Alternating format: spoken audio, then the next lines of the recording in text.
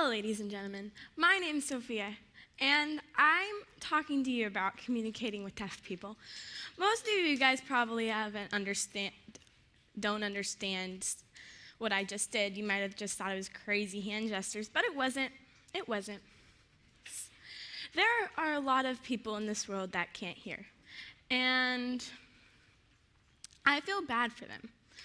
So I take the time to learn sign language and to talk to them when I can communicate with them. So, most of you guys probably didn't understand what I just said. Let me tell you what I said. I said, hello, mothers and fathers, ladies and gentlemen. My name's Sophia.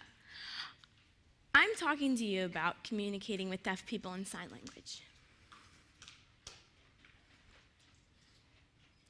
According to Gallaudet University, there are approximately 1 million functionally deaf people in the United States, and 150,000 of those people live in Ohio.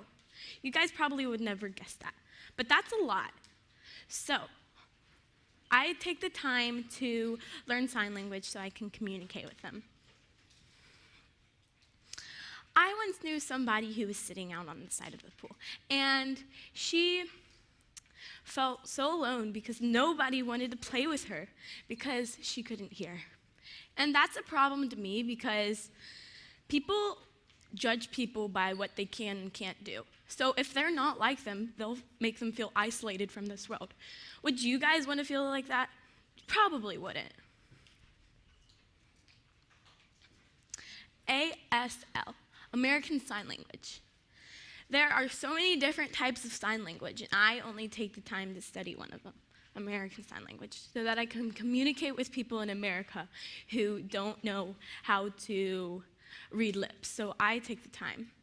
Raise your hand if you've ever took the time to learn sign language. That's a good majority of you guys. But do you ever communicate with them? Probably not. Well, if you don't really know how to take the time to learn sign language, then you probably want to know where you can learn. You can learn at libraries, recreation centers, tablets, or on phones. If you don't have electronics, then you can learn at community college, local schools, and interpreters.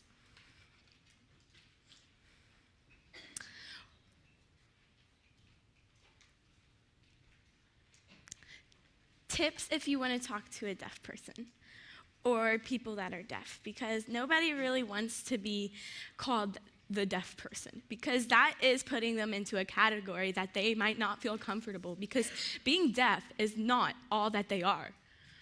When you want to talk to a deaf person, you want to get the person's attention. You don't want to go on about a sentence because they might not even understand you. They might have their backs turned to you like this, and nobody really wants to talk to somebody who's like that.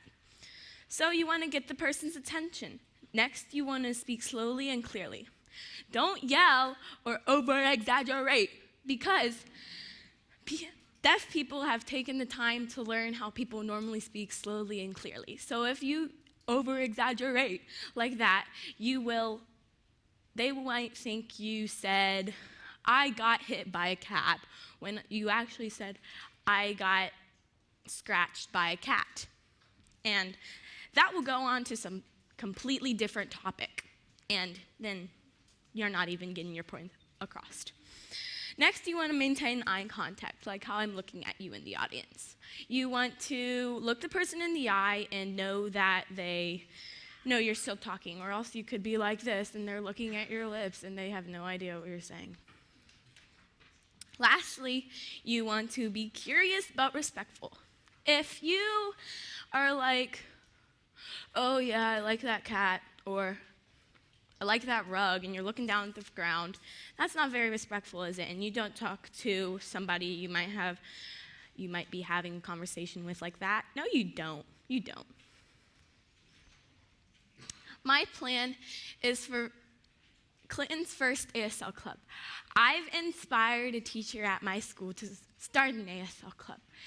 A club so that we can then go teach people who can go teach other people, and we can put sign language throughout our whole city. And I would truly love that, because I feel like American Sign Language can benefit everybody.